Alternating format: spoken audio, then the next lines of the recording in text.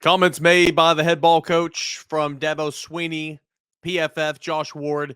Loaded Wednesday show here on your Thanksgiving Day Eve, right here on Locked On Vols. You are Locked On Vols, your daily podcast on the Tennessee Volunteers. Part of the Locked On Podcast Network, your team every day.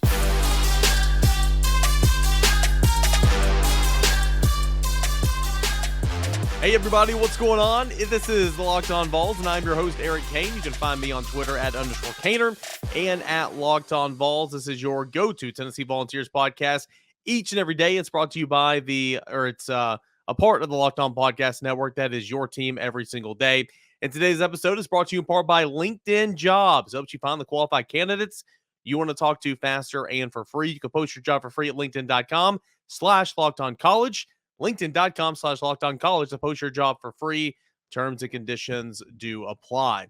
All right, we got a loaded show coming up here today. Want to get into some comments that have made their rounds amongst Tennessee fans.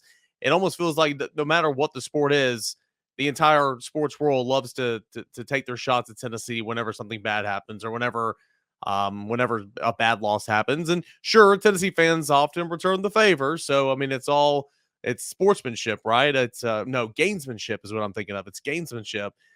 So it just kind of is what it is. But the head ball coach, Steve Spurrier, he had some interesting comments on Tennessee's loss the other night to South Carolina. Of course, he formerly coached at South Carolina, a longtime coach of the Florida Gators, where he was notorious for not only beating Tennessee, but talking smack about doing it.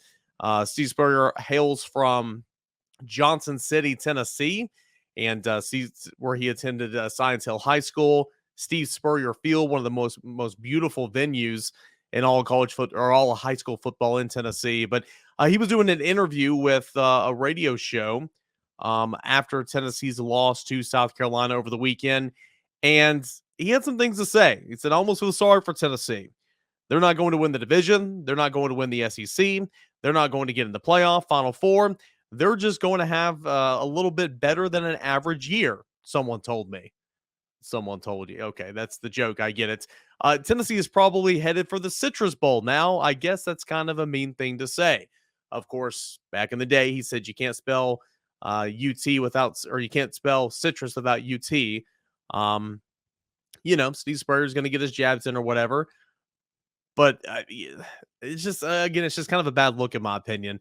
Tennessee's probably, he says, they're going to have a little bit better than an average year. I mean, sure, you're not winning the division. You're not going to the SEC championship game. You're not going to the college football playoffs. But with a win on Saturday, Tennessee finishes the regular season with 10 wins. That's a pretty good year. And again, I'm not trying to sugarcoat anything. What happened on Saturday was unacceptable, okay? What happened on Saturday was pathetic. Defensive performance, it was just awful. But still, you finish with 10 wins.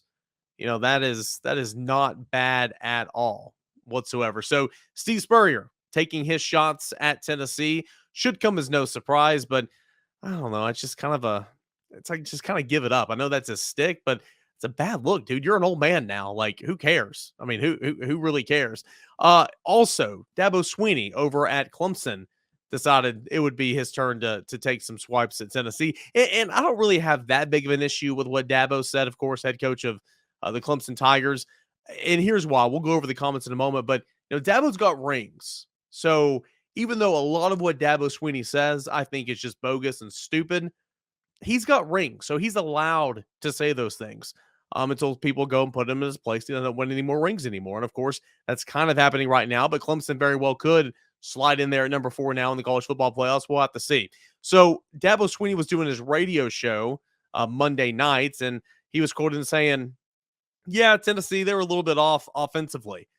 Was Tennessee's perfect offensively? Absolutely not. But scored 31 points with Hendon Hooker in the game. Your starting quarterback scored 38 points overall. I don't think the offense was too much of the issue there. Swinney goes on to say, and then defensively, they weren't a great defense coming into the game. And so they kind of got behind, man. It was one big play after another big play. South Carolina just executed incredibly well. They had a great game plan. So I agree with them that second half of the statement there. So South Carolina did have a great game plan. This is an offense that failed to score an offensive touchdown against Florida the week before. This is an offense that was atrocious so far this season. Marcus Satterfield was on the hot seat. And, maybe that saved his job with that win over Tennessee. South Carolina was out of its top 2 running backs in Christian Bill Smith and Marshawn Lloyd. And the fact that they made up for the running game by going Wildcat with a former quarterback and Daquan Joyner, and Jaheim Bell, of course, is a Swiss Army knife. They were able to overcompensate for the loss of the 2 top backs. So Marcus Satterfield in South Carolina certainly did have a good game plan. And, Spencer Rattler was just on. I mean, he was better than any time I've ever seen him in Oklahoma. Certainly better than any time I've ever seen him in South Carolina. Spencer Rattler was on, and give credit where credit's due. Swinney goes on to say, and this is where it kind of rubs Tennessee fans the wrong way, and then you're in Tennessee's position, and they're like, okay, we beat South Carolina, we beat Vandy. They're in the playoffs, added Swinney. They're flipping burgers at the house, having a cold drink, watching the championship weekend, and wondering, what are we? Are we 3? Are we 4? Where are we going to be? Are we in Arizona? Are we in Atlanta? And next thing you know, you forget you got to go play a football game. But I think you just got to give all the credit to South Carolina. I think they just flat out kicked their butt. Again, I don't have a major issue with that. I'm bringing these comments onto the show because a lot of you guys wanted me to, and a lot of you guys are talking about it, and Tennessee fans are talking about it on social media. I don't have a huge issue with this either. Where I will disagree is Josh Heupel said repeatedly that last week was a really, really good week of practice, and he thought it went well. Cooper Mays said last week was a really good week of practice. He thought it went well. Amari Thomas said last week was a good week of practice. They thought they did well. Only 2 players have talked about the approach of the game on Saturday. That was Aaron Beasley on Monday, where he said there was no urgency at the beginning of the football game. And then again, it was Byron Young that just kind of said about the urgency as well, and they kind of came out flat. And so just because you come out flat and just because you have no urgency, that does not mean you weren't prepared or you didn't have a good week of practice. A lot of times that's what it can mean, but not always the case. I mean, again, that's why Josh Heupel, preaches how important the last 48 to 24 hours before the football game is and being mentally locked in and ready to roll. Obviously, some members of Tennessee's defense were not mentally locked in and ready to roll. That does not mean they didn't have a good week of practice. That does not mean that they didn't put in the work throughout the week or were prepared by the coaches or anything like that. That's just how it happens sometimes. That's why if you're a good football team, you got to have great leadership to make sure everybody's dialed in and zoned in. You got to be mature about things, or you'll have losses like that happen. And sometimes this is just kind of what happens. But those were some comments from Dabo Swinney, Clemson's head coach, who, again, I've disagreed with a lot of things that he said 2 years ago. I said this on the Monday night chat over at VolQuest.com. 2 years ago, or whenever it was, he said, hey, I'm not going to recruit anybody that's going to be interested in name, image, and likeness. We don't do that here at Clemson. It's when Clemson was winning national championships. Well, the world keeps spinning, buddy. The world keeps spinning, and name, image, likeness is here to stay. It's not going anywhere. You adapt or you freaking die. And haven't heard a peep about Dabo Swinney and NIL since, because he kind of got the picture like, oh, this is bigger than Clemson. This is bigger than my football program. Okay, maybe I should see what all this is about. I'll go back on all that. They do some weird things in recruiting too. If you're a commit and shuts you down and says, hey, you can't go anywhere else. You can't go experience any of these other life experiences that you get for these 4 official visits. I don't like that at all. I mean, pretty much saying if you go anywhere else, I'll cut you. I don't like that. But I don't have that huge issue with what he's saying here. But for Steve Spurrier, it's like, come on, man. That is just a bad look for an old man. You've had your fun. And saying that Tennessee's just going to have a slightly above average season.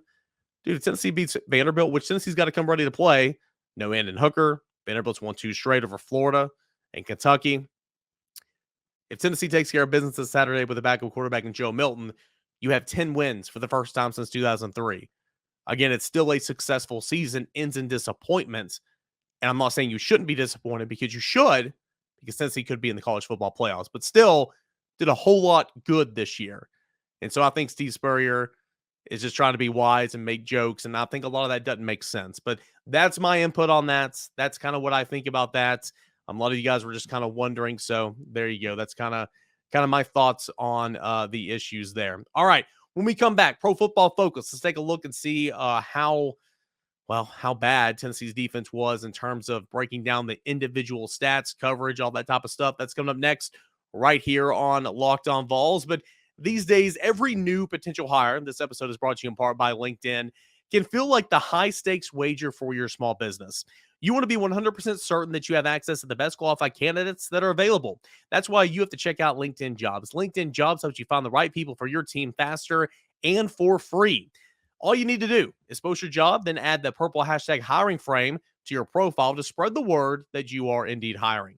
Simple tools like screening questions make it easy to focus on candidates with just the right skills and experience so you can quickly prioritize what you like to interview, who you like to interview, and then ultimately hire. It's why small businesses rank LinkedIn Jobs #1 in delivering quality hires versus the leading competitors. LinkedIn Jobs helps you find the qualified candidates you want to talk to faster and for free. You can post your job for free at linkedin.com/lockedoncollege. That's linkedin.com/lockedoncollege to post your job for free. Terms and conditions do apply. All right, guys, we got Josh Ward coming up here in just a minute. I gave you my comments and my thoughts on what Dabo Swinney and Steve Spurrier had to say. Of course, Steve Spurrier, formerly of South Carolina, and of course, Florida as well. He coached at both places. And Dabo Swinney is the head coach over for the Clemson Tigers. All right, so let's look at Pro Football Focus. It's not going to be pretty on defense, at least. So that's why we're going to start over on offense. Pro Football Focus, it gives you, a clear picture, or not always a clear picture. It gives you part of the picture. That's why I like using it, but it's not everything. It's something. It's not everything. And the Pro Football Grading Scale, elite is 90 to 99. Very good is 80 to 89. Above average starter is 70 to 79. Average starter is 60 to 69. Below average starter is 50 to 59. And less than 50 on the PFF grading scale is considered a backup level player. On offense, Tennessee played 18 players. Quarterback Hendon Hooker, who played in 69 total snaps, graded out the highest at 73%. Joe Milton, who played in 15 snaps behind him, graded out at 72.1%. Squirrel White played in 33 snaps. Tennessee went 4 wide receiver sets a number of the time on Saturday because they were playing from behind. Squirrel White got a whole lot of run, played 33 snaps, graded out at 71.1. Princeton Fant played 25 snaps, a 70 grade. Cedric Tillman played 84 snaps, 69.1% was his grade. Jalen Wright, 33 snaps, 67.1 was his grade. Jeremiah Crawford played 9 snaps. I don't even remember that. I thought it was Gerald Mincey the entire time. Jeremiah Crawford played 9 snaps, 64.9 was his grade. Cooper Mays, 84 snaps, 64. Darnell Wright, 84 snaps, 63. Ramel Keaton, 32 snaps. He played a lot as well because Brew McCoy didn't play in the second half. And he graded out at 62.3. Jerome Carvin, 84 snaps, 62. Jabari Small, 43 snaps, 61. Gerald Mincey, 75 snaps, 60. Jalen Hyatt, 81 snaps, 59. Brew McCoy, 52 snaps, 58% was his grade. And then Javonte Spraggins, 84 snaps, 54%. Jacob Warren, 29 snaps, 49%. So, again, overall, for the most part, Tennessee's offensive grades were not horrible. Again, it's one of those things to where Tennessee, in my opinion, played well enough to win. Sure, it missed on some throws. Hooker was a little inaccurate at times, but I thought it was played well enough to win. Directional passing for Tennessee, Hendon Hooker along with Joe Milton. See here, 20 yards down the field, left of the hash, 0 for 1. Between the numbers, 1 for 3, 41 yards and a touchdown. 20 yards down the field to the right, 0 for 4. 10 to 20 yards to the left, 1 for 1, 3 yards. In the middle, 4 for 6, 50 yards and a touchdown. And then no attempts to the right. From the line of scrimmage up to 10 yards, so a little intermediate game right there, short passing. 1 for 1, this is outside left, 1 for 1, 4 yards. In the middle of the field, 9 for 12, 88 yards. To the right, 6 for 8, 40 yards. And then this is at the line of scrimmage or behind. In the middle of the field, 2 for 2 for 14 yards. And then on the right side, 1 for 2 and 7 yards. Hendon Hooker the Tennessee's quarterbacks were kept clean on 90% of dropbacks. Under pressure, only 9% of the time. How about that? Not, just so you know, that math does add up. 90.9% of the time, he was kept clean on dropbacks. 9.1% of the time is when the Tennessee quarterbacks were pressured. Tennessee was not blitzed 61.4% of the times. They were blitzed 38.6% of the time. Let's go over some blocking. Let's see here. Pass blocking, Cooper Mays had one of his best games, 58 reps, 81.6. 81.6 was his grade. Darnell Wright, 58 reps, 78.2% was his grade. Jabari Small, 30 reps, 74.1. He has gotten better at pass protection. He really has, Jabari Small. Dylan Sampson got 2 reps, graded out at 68.5. Jacob Warren, 20 reps, 66.9. Gerald Mincy, 51 reps, 63.1. These are good grades here. Jerome Carvin, 58 reps, 60.9. That's okay. And then it gets kind of bad here. Jalen Wright graded out at 42% in terms of pass blocking. Javonte Spraggins graded out at 35% in terms of pass blocking. And Princeton Fant graded out at 33% in terms of pass blocking. Now, let's go back to the pressure and depth here. Tennessee, it felt like in the football game, Tennessee did not blitz. I would have blitzed so much more because, again, what you're doing is not working. So if you give up a big play, who cares? You're going to give it up anyway, is my opinion. Spencer Rattler was kept clean on 79.1% of his dropbacks. He was under pressure only 20.9% of the time. Tennessee blitzed only 41.9% of the time. Again, Tennessee blitzed only 41.9% of the time. That feels so much higher than what I thought it was initially in real life. And of course, going back and watching the tape. So Tennessee actually almost is at a 50-50 split, but it was at a 60-40 split, blitzing 40% of the time. All right, guys, let's go to defense. Not great. Tennessee played 23 players on defense in this football game. Just kidding. That was South Carolina. Tennessee, well, no, same number. Tennessee played 26 players in this football game. Tyree West graded out the highest, 83.6. He had 14 reps. Aaron Beasley, who I thought had an okay game. He made mistakes, but he was one of the only ones out there making tackles and making plays. 73 snaps for Aaron Beasley, 69.1% was his grade. Wesley Walker, 24 snaps, 69.1. Tamari McDonald, nickelback, 67 snaps, 68% was his grade. Let's go some more starters. Byron Young, 59 snaps, 66.7 was his grade. Jalen McCullough, 81 snaps, 66.4. See here. Amari Thomas, 33 snaps, 61.2. Latrell Bumpus, 34 snaps, 60.9. Excuse me. Trayvon Flowers, 70 snaps, 53.4% was his grade. Brandon Turnage, 37 snaps before going out, 52.8 was his grade. Juwan Mitchell did not have a good game. I knew that in real time and going back and watching it. 72 snaps, 45.1% was Juwan Mitchell's grade. And Danico Slaughter, tough night. He went out with injury as well. 29 reps, 38.1% was his grade. All right, let's look at the coverage, guys. It's not pretty. Let's see here.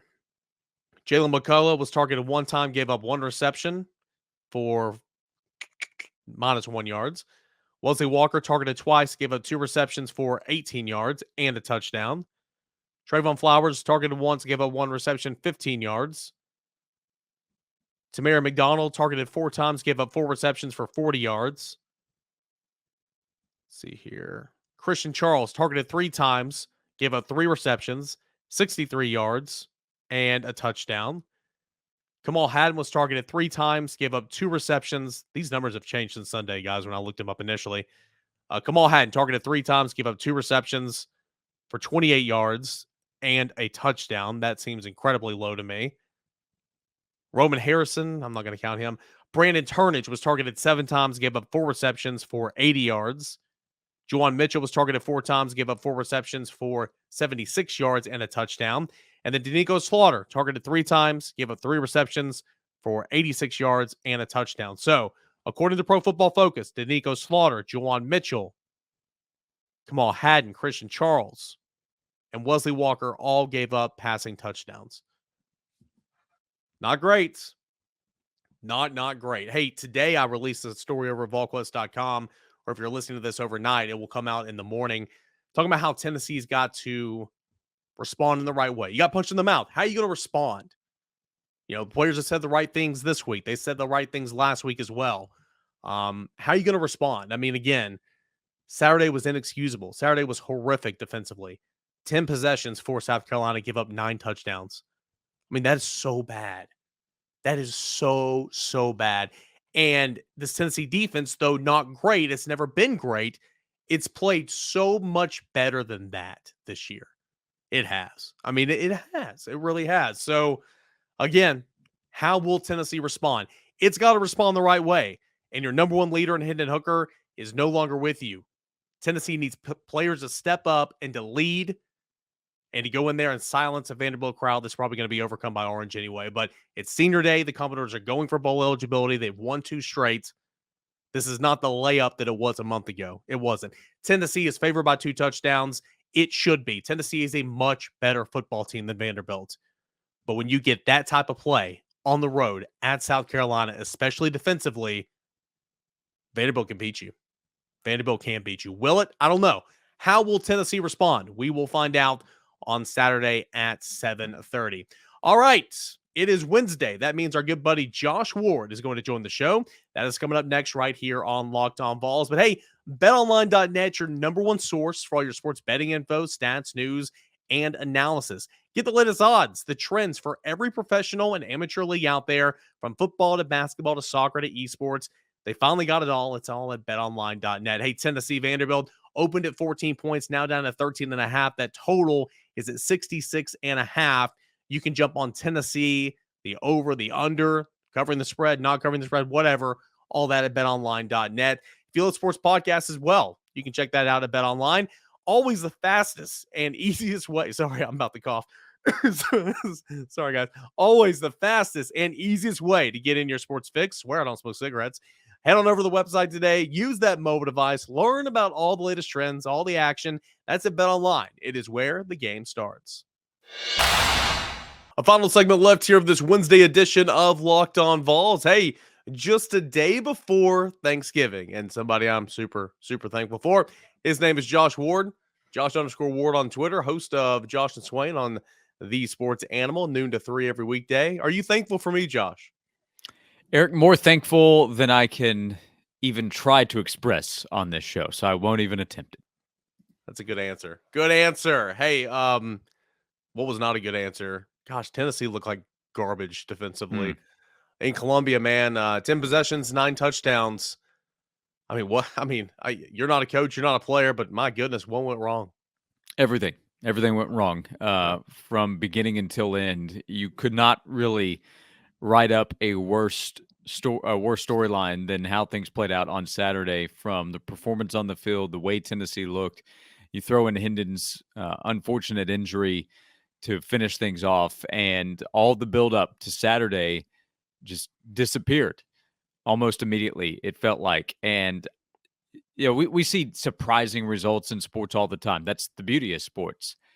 Rarely am I stunned. Just, I can't believe what I'm watching. And that was the case on Saturday. Is Tennessee's defense has had problems this season, but not those kinds of problems. Not anywhere close to that. And we've seen responses a lot of times, even when they've had some issues within a game. We didn't see any of that from Tennessee's defense. No. The offense did some good things, but it wasn't up to its typical high level against that level opponent. And knowing what was at stake and seeing how Tennessee looked on the field, and then finding out, maybe where the mindset was going into the game, I was stunned. I didn't see any of that coming, considering how South Carolina had been playing and what Tennessee had done to other opponents like South Carolina and the opportunity the Vols had. Yeah, there's been some wild rumors about why is that. And I mean, it's fair to question, because again, this team's not been great defensively all year, but it's not been that. And it has made strides in certain areas, and it has played good football at certain times this season. So I understand to question, like, hey, what went wrong? Like, seriously, what happened? Because we haven't seen that for the other, 9 games this season or whatever outside of Georgia. So, but I mean, there's some conspiracy theories. I mean, the wildest thing I've heard all week was, players were intentionally not playing well, just because they're mad at their teammates. Like, what? Like, Yeah. you think they want to get their tails whipped on ESPN and miss out on a chance to go to the college football playoff, or miss out on a chance to impress some NFL scouts? Get real. I mean, it was just. Yeah, that notion is absurd. Yeah. There's the chance to go to the playoff. Also, SEC football players, or really any kind of competitor, doesn't want to suck. Yeah. And so going out there and playing terribly on purpose would make no sense. I don't think they were all the way dialed in mentally. I think the game got started. South Carolina built momentum. Tennessee had no answers for any of it as the game went along, and it snowballed on Tennessee, and it just got worse as the game went along. So there were issues leading up to the game. I think that's very obvious at this point. But players tanking on purpose would not be it. And also, it's not always kumbaya, okay? I mean, anybody that's ever been around No. football, you're brothers. You fight, you yell, you have disagreements, but then you go to battle each and every Saturday, right? And unfortunately, Tennessee just didn't play well on Saturday, and it was costly. There's a lot And of talk I will about. also add, if when fans saying, "Hey, where is Jeremy Banks?" We're led to believe that he's this senior leader on the football team, and he's not there, and it's not an injury, and what's going on, and there's mystery, and then rumors start to build.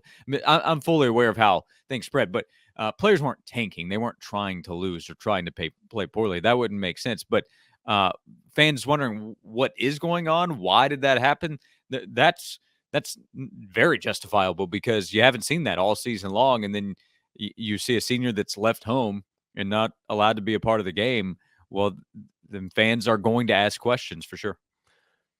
And also, the head football coach could have put everything to rest on Monday and or after the football game, which I'm going to give him a break there. I mean, you just got your tail whipped, and it is what it is.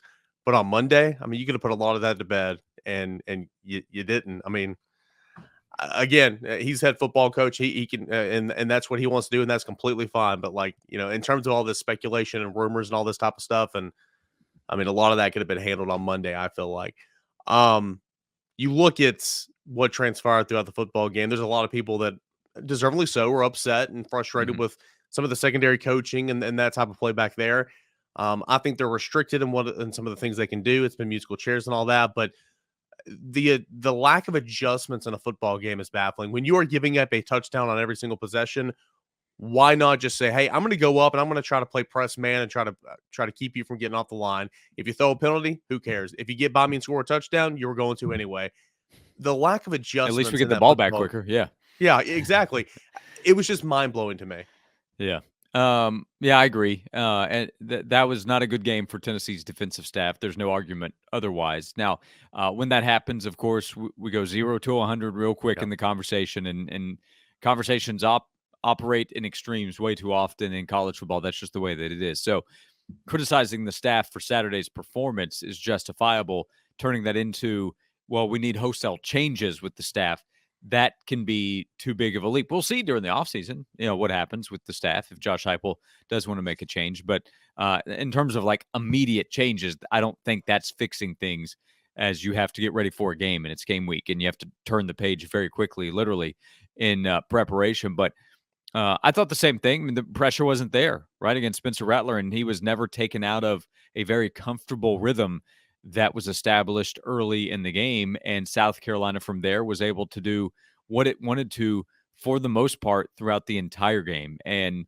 Tennessee didn't seem to have anything to offer. And there's obviously a lack of confidence in some of those guys in the secondary. Kamal Hadden was back playing, but I don't know how much the staff has confidence in him playing well. And How much confidence he do you have in him? well, he shows confidence in himself He the way does. that he talks on the field, but honestly, Eric, I thought that was really embarrassing for Tennessee because of the way the game's going, and the team itself is getting embarrassed via the scoreboard, and then all the attention on Kamal and the back and forth with the sideline. I thought it was a really bad look. But that's the personality of Kamal. Christian Charles not playing very well, and I'm not sure how much confidence he has in himself. It would kind of be the opposite there. So safety play has not been where it needs to be. There were some really troubling signs the week before, right, against Missouri, and it carried over to the next week. So yeah, it's just awful, the secondary performance. And I think Tim Banks is a good coach on the back end. I think Willie Martinez has done a really good job with coaching and player development in the secondary, but Saturday would not be an example of that. And they would not 9 touchdowns and 10 possessions. We don't have to go through the reasons why. It was an awful day. So preparation could not have been good enough. You can't prepare well enough to perform like that. And the way that they reacted within the game and adjustments or lack thereof, whatever they decided to do was obviously the wrong choice. All right, quickly, I got 2 more questions I do want to ask you, but I want to ask you this little half a question, sub question. Uh, what was more embarrassing, Kamal Hadden barking after every single play after getting beaten, giving up first downs, or Shane Beamer going out to the numbers and pointing to the Tennessee sideline? He acted like a complete child on Saturday, and that was really embarrassing. Yeah, and it made me wonder: is there more there because of the conversation the booth was having on the TV broadcast, talking about Beamer and Heupel and the build up to the handshake? Was that all just because of what was happening within the game, or is there more backstory there? Shane Beamer's been interesting this season on the field and in press conference settings. He at least gets to do what he wants to, and considering the result and the way that his team's playing, I have wondered here the last few weeks, has Tennessee created a target for itself the way that it's run up points? And you had the late touchdown against Missouri. You have Dabo's comments at Clemson. That's Dabo too. So maybe something about the state of South Carolina. You have the Gamecocks and you have the Tigers there as part of the conversation. But if you're making me choose one between the two, he's a college player, but and personnel is limited, but why not put Wright in at corner?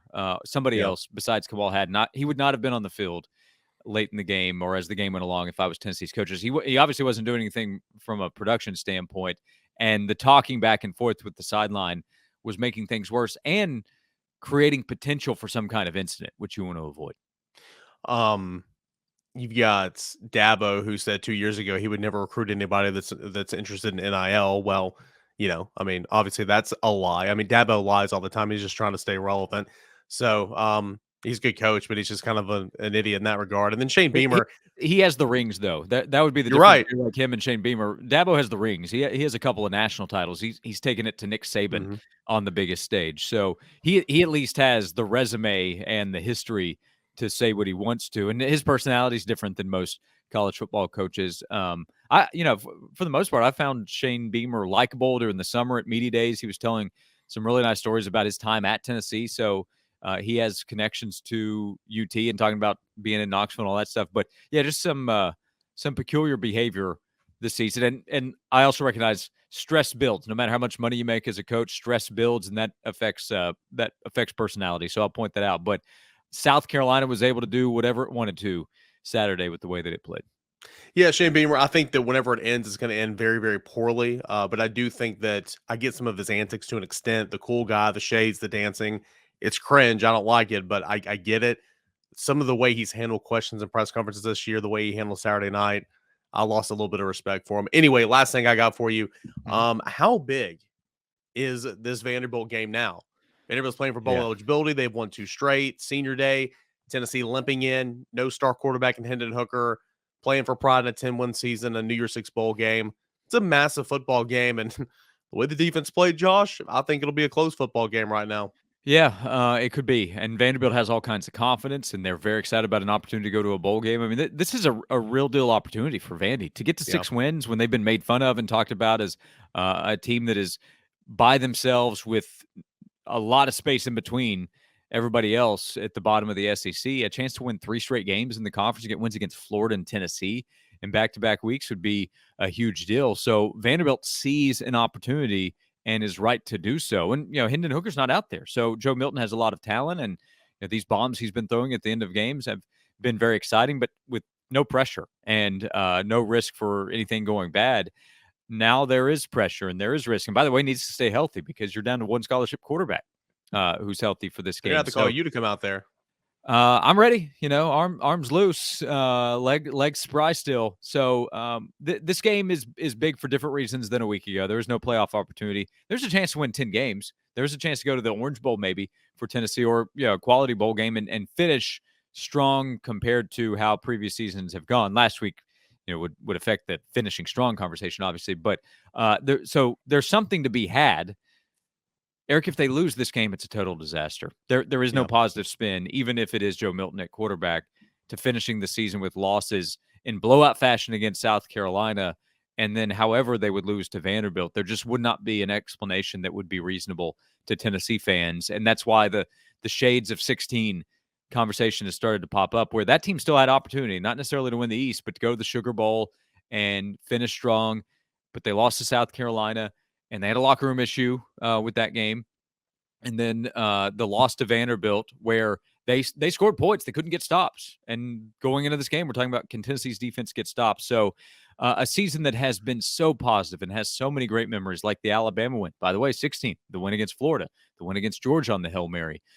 So they cannot lose this game. It doesn't mean the program falls apart, but the goodwill that's been built up and the positive memories that have been created, those will really be blurred out if you finish with losses to South Carolina and Vandy. So I cannot stress enough the importance of winning this game. Fans will stress it, so I can stop, and fans will do it the rest of the week, saying we better beat Vanderbilt this week.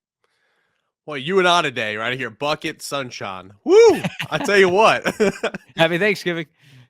But hey, Tennessee does have an opportunity, and you Yeah. just go handle business. You're still a 2-touchdown favorite.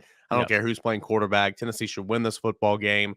Yeah. You win this football game, you're feeling a whole lot better about the year overall. Because I agree with you. You lose it, that's a collapse. 9-3 is a good record. That's a collapse. So Yeah, 10-2, you beat Vanderbilt this season is no doubt a huge success with a disappointing result late in the season. I'll recognize that. But 10-2 is no doubt a success. You try to build on it in recruiting. Recruiting momentum still exists. They're in good shape for 2024. So big picture, long term, nothing should change about how this program is viewed. But if you lose Saturday, the conversation will turn back in a negative way. So take care of business this week, and you don't have to worry about that. he is Josh Ward at Josh_Ward on Twitter, and he's the host of Josh and Swain on 99.1 The Sports Animal. Weekdays, noon to 3. He's going to be off Thursday, as will the entire station, but he'll be back Friday to get you set for Tennessee and Vanderbilt. Josh, thanks so much, man. You got it. Thank you, Eric. It is Ward Wednesday, every single Wednesday, right here on Locked On Vols. That's going to do it for this edition of the show. We went over the Pro Football Focus grades. We talked with Josh Ward. We're going to get into more of a little bit of a Vanderbilt prep the next 2 days. We will be having a show tomorrow. Don't worry. So when you're in the car going to grandma's house, or you need to go downstairs or upstairs to get away from family members who are driving you insane, pop in those earbuds, turn on YouTube. We'll have Locked On Vols for you tomorrow on a Thanksgiving holiday. We will chat with the VFL. We will chat some recruiting as well. We'll be back Friday to get you set for Tennessee and Vanderbilt as well. So that's the show. Guys, appreciate it. Same time, same place. Let's do it tomorrow. Check on Locked On Sports today. Make that your second listen. Right behind Locked On Vols, your first listen each and every day. See you tomorrow, guys.